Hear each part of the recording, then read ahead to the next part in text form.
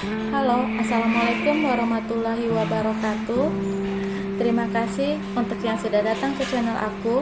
Kalau belum subscribe, tolong jangan lupa di subscribe, kemudian bunyikan lonceng, dan jangan lupa kasih like serta komentar biar aku makin semangat ya. Hanya pengganti episode 182. Lari. Marno diam memandang putrinya. Pratu kemudian menggelengkan kepalanya. Papa yang akan bertanggung jawab. Papa akan menyerahkan diri ke kantor polisi. Rumah ini sudah digadaikan ke bank. Namun sebelum rumah disita bank, Papa akan menjualnya. Tadi si pembeli sudah menghubungi Papa. Kamu dan Mama hubungi si pembeli. Jual rumah ini segera. Uang dari penjualan rumah, bayar hutang bank, sisanya belikan rumah atau uang muka untuk ambil rumah. Marno berkata dengan air mata yang menetes. Emilia menangis saat mendengar ucapan papanya. Segala usaha sudah dilakukannya, namun tetap tidak bisa menyelamatkan orang tuanya dari jeratan hukum. Rina memeluk suaminya dengan air mata yang terus saja menetes. Sejujurnya, ia tidak sanggup bila harus melihat pria yang sangat dicintainya meringkuk di tahanan. Mas, aku tidak ingin kamu ditahan. Tidak apa, aku ingin kamu hidup bahagia bersama dengan Emilia. Jika anak kita baik-baik. Tubuhnya bergetar saat memberikan amanat untuk istrinya. Perusahaan yang dimilikinya masuk ke dalam daftar perusahaan. Ia melakukan penipuan dengan modus main saham. Saat ini ia sudah diincar polisi. Walau bagaimanapun, Marno tidak bisa lari dari jeratan hukum, mengingat namanya tercantum dalam pemilik perusahaan. Rina menangis sepenuh sesal. Tidak diduganya bahwa keluarganya akan mengalami ini semua. Kamu kumpulkan barang-barang yang berharga. Malam ini juga, kamu dan Emilia harus pergi. Malam ini juga, aku akan langsung ke kantor polisi. Hanya dengan cara seperti ini anak istrinya akan selamat. Manu sudah mendapat informasi. Salah seorang nasabahnya sudah mengincar keberadaannya dan berencana untuk membunuhnya. Saat ini tempat yang paling aman untuknya, kantor polisi. Rina menangis memandang suaminya. Kita tidak punya banyak waktu.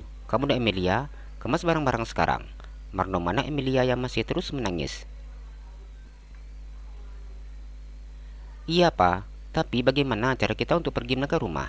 Papa tahu sendiri, rumah ini sudah dipantau. Emilia mengusap air matanya. Bila masuk ke dalam rumah ini saja, sudah membuatnya senang. Namun untuk keluar lagi dari rumah ini tidak mudah. Marno diam ketika menyadari bahwa rumahnya sudah diintai dan bahkan dijaga ketat. Tinggalkan saja barang-barang yang tidak perlu untuk dibawa. Kalian bawa saja barang-barang penting. Begitu ada kesempatan untuk keluar dari rumah ini, kita akan keluar. Rina dan Emilia menganggukkan kepalanya. Kedua wanita itu langsung pergi ke kamarnya masing-masing untuk mengambil barang-barang yang berharga. Bagaimana cara kita untuk pergi dari sini, Pak? Sedangkan kita tidak punya mobil ataupun kendaraan. Emilia memandang Marno. Sejak tadi ia sedang memikirkan hal ini. Bila memesan taksi online sudah pasti tidak akan aman. Emilia, apa kamu memiliki teman yang bisa membantu kita? Emilia diam sesaat ketika mendengar pertanyaan dari papanya. Ia kemudian menggelengkan kepalanya. Aku akan mencoba menghubungi dia, Pak. Emilia berkata ketika mengingat seseorang.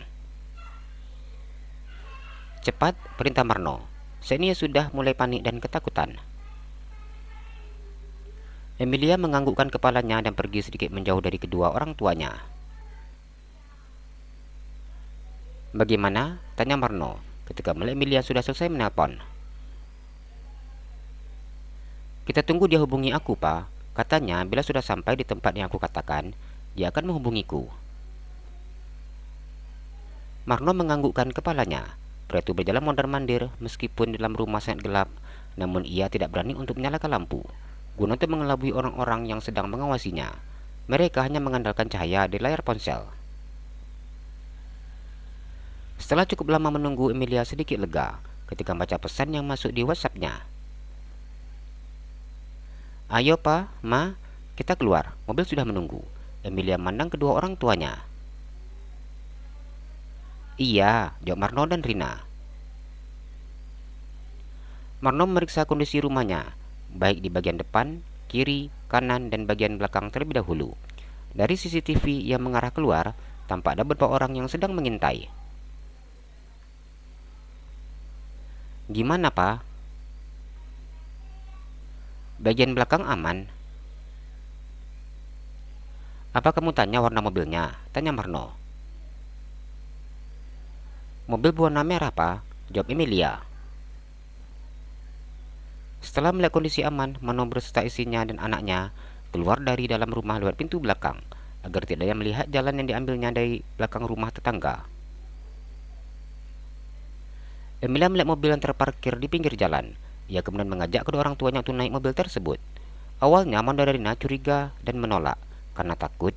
Namun, melihat Emilia yakin dengan mobil yang menunggunya, membuat kedua orang itu memberanikan diri untuk mengikuti putrinya. Davin menang istrinya yang sedang sibuk menggoreng bakso lewat sambungan telepon. Apa mau antar makanan ke tahanan?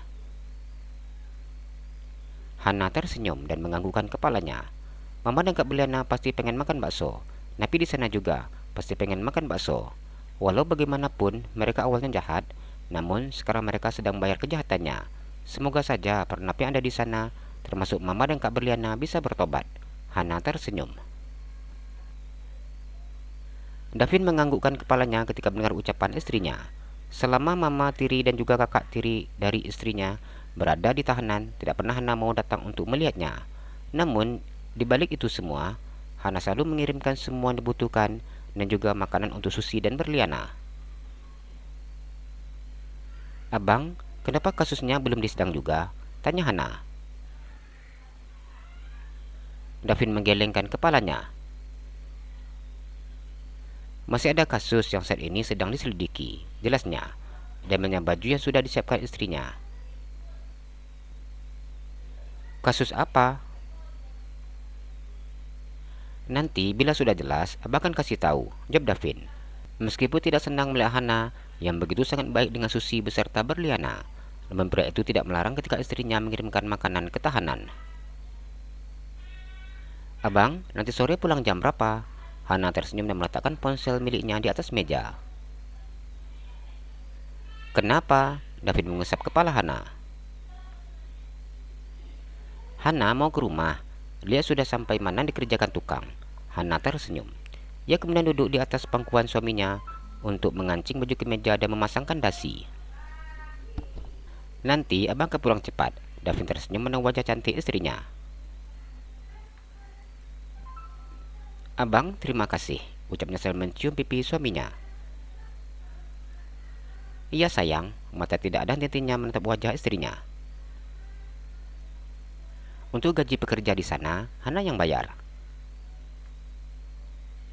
Kalau seperti ini, abang suka. Davin dengan cepat menyambar bibir istrinya. Jalan-jalan ke Pekanbaru, jangan lupa beli sepatu. Kalau kamu suka channel aku, please subscribe aku. Terima kasih.